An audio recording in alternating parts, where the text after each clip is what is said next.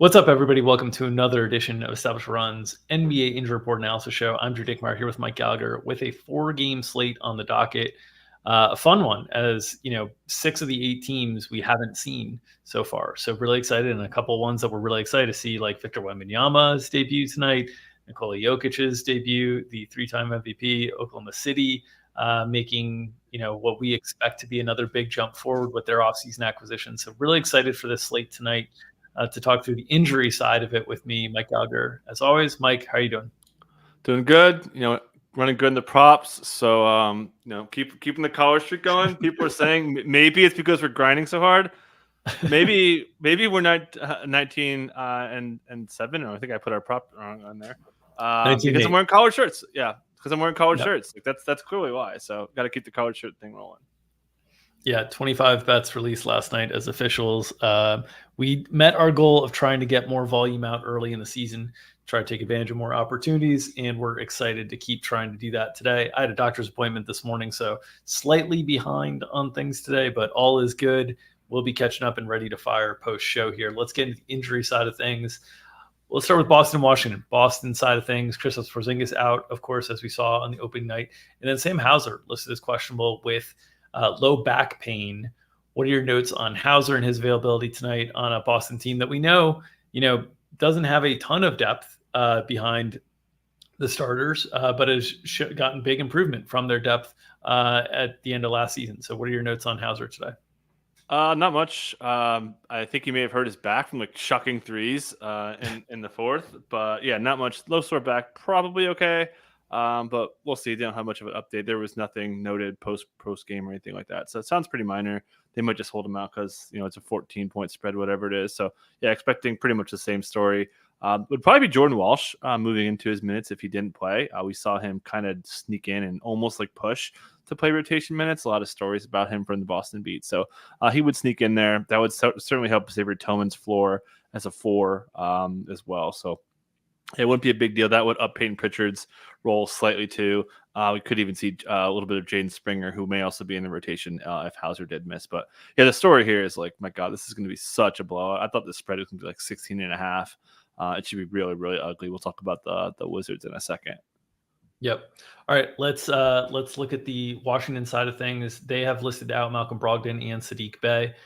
Both those players can be out a while. The good news is Alexander Sarr, not listed on the injury report, got dinged up at the end of preseason. There were some concerns about what the availability might look like to start the season, but not listed on the injury report. What are your notes on Washington here? Yeah, Sarr's all good. Got the all clear. I think it was yesterday or the other day, so he should be pretty full. Maybe they cap him a little bit, but yeah, this seems mostly healthy besides Malcolm Brogdon, who's going to miss close to another month. We'll see if he plays for the Wizards at all, as we mentioned on the previous podcast. But the question is, who the hell starts for this team? We have really no strong convictions. We saw a lot of different iterations of starting lineups, including Pub and Poole together. We saw Keyshawn George start at the 4 for a game next to Kuzma with Sarr at the 5. We saw that lineup. We saw, obviously, Valanciunas starting. But we've seen Alex Sarr pretty much start. So it's a matter of whether Sarr starts at the 4. And I think there's a good chance that he starts at the 5, honestly, because as I've been saying for about a month now, when you have 2 backup centers, you have 0, as Marvin Bagley and Rashawn Holmes haven't been able to separate. They want to play their youth. There's an article from Josh Robbins, who's a really good beat. It is just laying it out there, just setting expectations. They're not playing. They're playing their young guys from day one. So Bub, Keyshawn George, Alex Sarr are going to play a ton. We'll see if they play garbage. That could add some extra value for season long and for props and all that good stuff too. So yeah, we'll see. We saw my parents' dog. I had taken my parents' dog home after the show, and I'm so excited about it. Someone just rang the doorbell, but yeah, so we'll see. But yeah, Bub's going to play a lot. Keyshawn's going to play a lot. Shut up, man. All right, let me go grab him. Yeah, just I can talk. You don't need to talk over the dog. Yeah, the big question mark here will ultimately be Jonas Valanciunas and whether he's in the starting lineup. Not a particularly great matchup to do so against Boston, a team that likes to play 5 out, spread the floor a bunch. That puts Jonas Valanciunas in a lot of trouble in terms of defensively. So we will see what the starters are. So we'll get that news and information to be able to adjust. But that's the big challenge in terms of projecting Washington at this point. Let's move to San Antonio and Dallas. On the San Antonio side of things, Devin Vassell is listed out here. If you are a loyal listener of the podcast, you'll know the ethics committee is still looking into Mike Gallagher's use of bumping Devin Vassell up in his personal rankings while telling us to send his games count down for injury reasons to take on Man vs. Machine. You can check out that episode both on the YouTube page and on the podcast feed. But no Devin Vassell tonight. The reports on him have been largely encouraging that we might see his return in a couple weeks here. What are your expectations on how San Antonio lines up without Vassell tonight? I feel quite confident it's going to be Chris Paul, Julian Champagnie, Harrison Barnes, Jeremy Sohan, Victor Wembanyama. I should note Victor Wembanyama's minutes could be in check a little bit. There was some talk from Greg Popovich saying that they didn't want to ramp him too fast after all that run he had going to the gold medal game and losing to USA. So they're being careful. We saw him sit out, barely played. He played like 40 minutes in the preseason. So we have him at 30 and a half minutes. I don't think he'll beat our minutes by very, very much. And there's a chance it could be a little bit lower. But we know like Wemby absolutely smashed. So yeah, he'll be in a pretty good spot here. And yeah, the second unit, we know for sure we're going to get 6-man Keldon. Zach Collins will be behind Wemby. And then Stephen Castle, how much is he going to play? There was a big, a quote from Pop that stuck out saying, hey, these young guys won't have a long leash. We saw last year they'd really let guys go. But they could cut a leash pretty short and stuff on Castle. So pretty low expectations for me on what he could do kind of early in the season while this team's pretty healthy. We'll see how much overlap we get between Trey Jones and Chris Paul. There was about 8 minutes of overlap in one game. That was by design. So expecting 2-3 minutes of overlap. It might be 0. It might be more. But that's kind of our expectation there. And then lastly, it sounds like Blake Wesley has beat out Malachi Branham. We saw that late in the preseason. So it's pretty much your rotation there. I think that I laid out the starters. So Trey, Blake, Castle, Keldon, and Zach Collins will make a 10-man rotation for them. All right, let's move to the Dallas side of things where Dante Exum, Brandon Williams, and Kessler Edwards are all listed out here. Otherwise, very stable rotation situation. What are your expectations for Dallas tonight? So the question really that's left is, who's kind of last man in. There was an article from one of the beats today talking about, Jaden Hardy's 6th man of the year case, which certainly is a lofty and unrealistic expectation. But it really does hammer home the point that they do want to kind of play Hardy. We saw him play off the bench kind of late in the preseason. So even with Luka, we saw that switch where they put Quentin Grimes in the starting lineup, which was a concern to Clay to me, which I'll get to in a second. So yeah, I feel pretty good. Hardy's might nip at Spencer Dinwiddie's heels, but really from the sub patterns, we feel pretty good about this rotation. It's Luka, Kyrie, Clay, PJ Washington, Lively. We did see Gafford start a couple games here and there, but generally they've been saying that was just to mix it up. I mean, Luka wasn't playing. That's the whole thesis of playing, Lively on the short roll, all that good stuff, yada, yada. Second unit should be Spencer Dinwiddie, Quentin Grimes, Najee Marshall, Maxi Kleba, who did return to practice. He's ready to go. Keep an eye on his minutes. Maybe they're less likely to play small. Certainly the matchup with that Wemby size, don't want to play too small. And then, as I mentioned, Gafford. So, but Luka's back. He practiced over the weekend. Really never any doubt. They were hopeful he would play that last preseason game, but they just decided to hold him out. Mark Stein was kind of all over that there. So, yeah, I feel pretty good there overall. But then we'll see how much is Clay going to play. I talked a lot about this previously on the space that, you need point of attack defense. Do you here though? You kind of don't. Obviously your whole point of attack is just slowing down Victor Wembanyama. You could kind of get away putting Kyrie on Chris Paul, et cetera, et cetera. So I think Clay's somewhat insulated in this spot, but when it's a guard heavy, wing heavier approach, I could see Clay get cut down, but he's pretty healthy, good to go overall. So yeah, as you mentioned, should be pretty stable for these guys. So if Hardy is in the rotation in some way, shape, or form, it would be at Dinwiddie's expense, right? Yep. That would be the player that we'd be looking at. Okay. Mm-hmm. All right.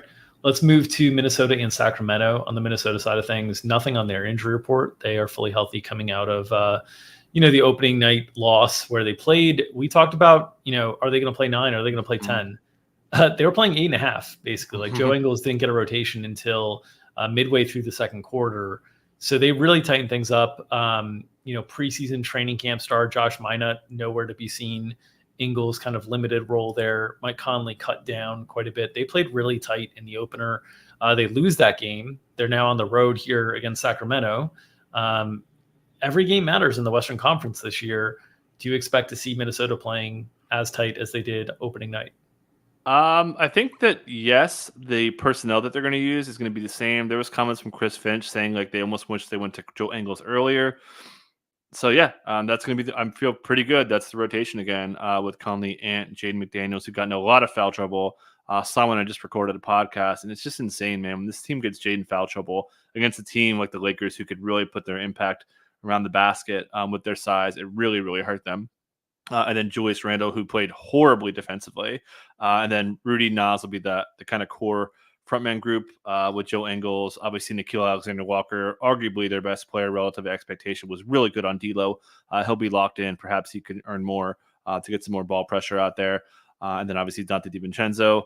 That's it. So that's the rotation right now. As we mentioned on the show last time, we felt pretty strongly Rob Dillingham wasn't going to play, and he's quite buried, in my opinion. Overall, the question is, how much does Mike Conley play? One of the worst games Mike Conley's played in a very, very long time. Does he bounce back? Does he get close to that? We used to always put him for 29 minutes and expect almost exactly that. He had a really, really tight range last year, but they do have options now in Dante DiVincenzo. So Conley's bear case, which we saw on Tuesday, is kind of more likely to hit now. Yeah, I would say that the added depth certainly makes it more likely to hit there. But also, like, if you look at what was really the issue for Minnesota in that game against the Lakers, it was largely offense, right? Mm-hmm. And Mike Conley, like, for whatever reason, we've talked about this before, he's tended to be more valuable kind of offensively, just kind of organizing them, and that they've lost some of that organization, and they're getting the ball handling into like Anthony Edwards a little bit more, maybe Dante DiVincenzo. Dante DiVincenzo has been with the team just a few weeks. Mm-hmm. So I know Conley was terrible, minus 22 in 20 minutes, shot 1 for 7, 0 for 5 on 3. I think, though, if the offense is going to rebound, and it should against a Sacramento team that defensively should have its challenges this year, I kind of think we'll see a little bit of a Mike Conley bounce back tonight, but we'll see on that front. Sacramento side of things, their injury report, surprisingly clean. Devin Carter and Orlando Robinson, the two outs here. The surprising news was Kevin Huerter, who it seemed like all training camp and offseason, we were thinking Kevin Huerter might miss months of the season. And all of a sudden, Kevin Huerter is taking full contact, and all of a sudden, Kevin Huerter is expected to start. It happened very, very quickly. Basically in the last 2 days. So what are your expectations on Kevin Huerter and the rest of the Kings tonight? Yeah, we were like, 95% sure that Keon Ellis was going to start. They have media day back on September 28th, and then Mike Brown goes on a radio show right after that and says, oh yeah, Keon's our starter. And then boom, Kevin Huerter gets cleared after being cleared for 1-on-0 since June. So big jump to go from basically that clearance, no contact, to full contact clearance and starting. Like, what a rise. So yeah, expecting Kevin Huerter to start. We have to flip this depth chart here. We've been pretty busy. Depth chart's kind of low on the priorities. Sorry there. As this dog drives me insane. But yeah, so we're going to expect Huerter. I think his floor is really low. We saw last year that when Huerter didn't have it, he would get yanked. I think it's 30% chance that Keon Ellis starts the second half, just to kind of get Huerter back in the mix. So I think Huerter has a pretty low floor. Keon and Malik Monk could really cut him down. And Keegan Murray's pretty insulated, man. They asked him to do a lot of on-ball defense for this team. I feel like he's very closely to start. So yeah, Huerter has to play great to kind of hold his job and play upper 20s to me. And then also, as you mentioned, Trey Lyles is also back from a knee injury that was pretty serious. He's going to be good to go. No minutes limits for him. Still, I don't think they're going to really be doing too much, especially against the Wolves. Some teams like to play small against Rudy Gobert. Hasn't really been Mike Brown's bag. So, yeah, quite confident in this rotation. How the minutes get spread out, not confident, but it's going to be De'Aaron, Huerter, DeMar, Keegan, Sabonis. Obviously, the main guys are going to be Malik Monk, Keon Ellis. I think Doug McDermott earned a role, and then Alex Len will handle the non-Sabonis minutes. We'll see if they go small with Trey Lyles. I don't think it's as likely with him being injured. And then we'll see if Jordan McLaughlin, who had a pretty good preseason, could sneak in there for some handful of minutes, but seems unlikely with Huerter being injected in that first unit. All right, the main course on this slate for me is Oklahoma City and Denver. On the Oklahoma City side, on the injury report, they will be without Isaiah Hartenstein, Jalen Williams, the center, not Jalen Williams, Kenrich Williams, and Nikola Topic. Noticeably not on the injury report, and thankfully, is Jalen Williams, also referred to as J-Dub. He had the ankle injury at the end of preseason, was a little bit concerned that it could be a couple games, maybe a week into the season, but not even listed on the injury report is a really, really encouraging sign. Without Isaiah Hartenstein, though, this rotation does certainly change and adapt. What are your expectations of what we see from Oklahoma City tonight in a matchup against, Nikola Jokic and a big that usually you need size against, and you're down Jalen Williams and Isaiah Hartenstein here? Yeah, we did that podcast like an hour after that news came out, and we said that we're not worried about OKC unless they go against someone like Nikola Jokic. So pretty big concern there. And again, as you mentioned, like you're missing your depth where you need it with Jalen Williams being out, Cameron Williams being out. So that's going to get Ousmane Dieng in the rotation, who's been subbing in pretty much routinely behind their front court to fill minutes there. But with the way things have shook out, feel quite strongly, despite seeing Alex Caruso coming off the bench with Hartenstein together. That was kind of by design to run them together by Mark Daigneault. But we know the starting lineup should be Alex Caruso, Shea, obviously my MVP pick, Lou Dort, J-Dub, that's Jalen Williams, and then Chet Holmgren with Cason Wallace locked into a pretty big role. Isaiah Joe, Aaron Wiggins will play most of the non-Dort stuff. Mentioned Ousmane Dieng. So, we'll see if Dylan Jones could get in there, kind of a bulky wing to give him some size to help there. So, I feel pretty good. This rotation's it's pretty top heavy. AJ Mitchell played great, and I could see him sneak in there too if they did, say there was foul trouble for any of these guys. All right, Denver side of things. Their injury report fairly clean, just the loss of Deron Holmes, their first-round pick, who tore his Achilles before the preseason even got going. So no one else listed on the injury report. Jamal Murray, not listed on the injury report. We had all these preseason concerns about Jamal Murray when the second to last preseason game, I believe it was, the knee sort of felt weird, was the quote. Next game he came out and he looked great. So it's just been a lot of variance with what we've seen from Jamal Murray on a day-to-day basis. They need him, obviously, in a really, really big way with some of the offensive losses that they've had in terms of floor spacing and whatnot. Losing KCP, they're not a team that shoots a ton of threes in general. Some beat reports noting kind of an expected jump, hopefully for Michael Porter Jr. this season to take some pressure off Jamal Murray. Certainly in this matchup against the great guard defense that OKC has with Lou Dort, with Alex Caruso, with Cason Wallace, there are going to be a lot of challenges and a lot of physicality for Jamal Murray to deal with. What are your notes on Denver tonight? Yeah, let's talk injuries first. You mentioned Jamal. You laid all that out. I'll just add that game he went off was a lot of dexterity, a lot of moving around, just coming off screens a ton. He looked awesome. So one game, we'll see. But that weird quotes concerning Michael Malone, did say that there's going to be no minutes limits. So we'll see. I think that like 36, 37 probably off the table. But I feel pretty good about him getting into the 30s if things kind of are going well. But you never know for him. And then Peyton Watson missed all preseason with a somewhat severe-ish hamstring strain.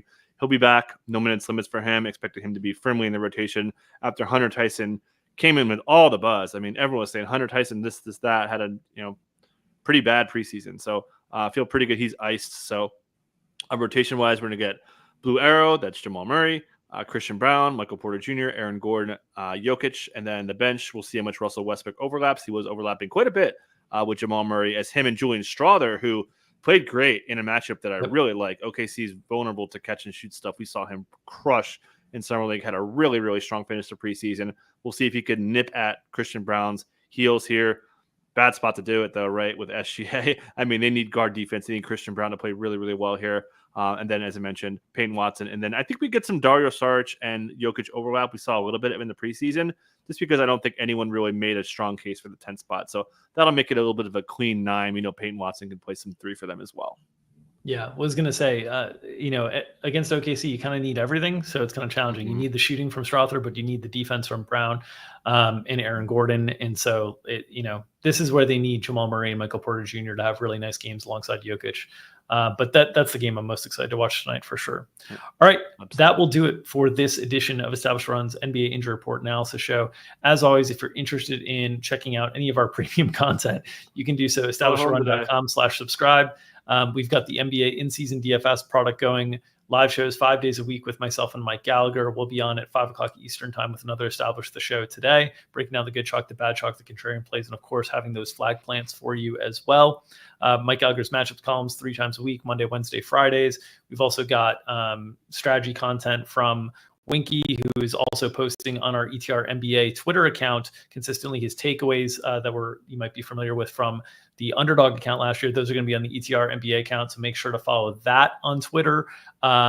Recent episode of the podcast recorded fresh today with Mike Gallagher and Sam is up on the YouTube channel here, as producer Ryan has already gotten that up. So there's more for you to listen to, recapping the first 2 days of action with the things that they've learned. So make sure to check that out as well. If you're interested in checking out our props package, of course, please make sure to read the FAQ. Bets can be very, very difficult to get. We're also sending out a note kind of on best practices and hints and tips to try to get bets, but obviously super challenging for people when we're releasing bets. There's a lot of other value that can be created in that package if you're willing to work for it. But we've gotten off to a good start. 19.8 on officials. Projections are doing really well so far, so we're really proud of the work we do there. Just want to caution, the product's not for everybody. Make sure to read the FAQ to see if it's for you.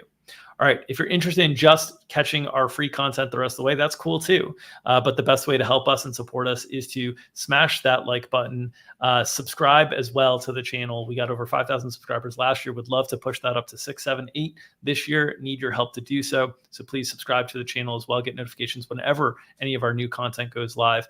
And of course, by smashing that like button, that helps feed our families, allows us to feed you the NBA injury information analysis you need each and every day to set your season-long lineups, your DFS lineups, and make your spread bets and your prop bets. So smash that like button, feed that algorithm. Nom, nom, nom, nom, nom. We'll see you tomorrow.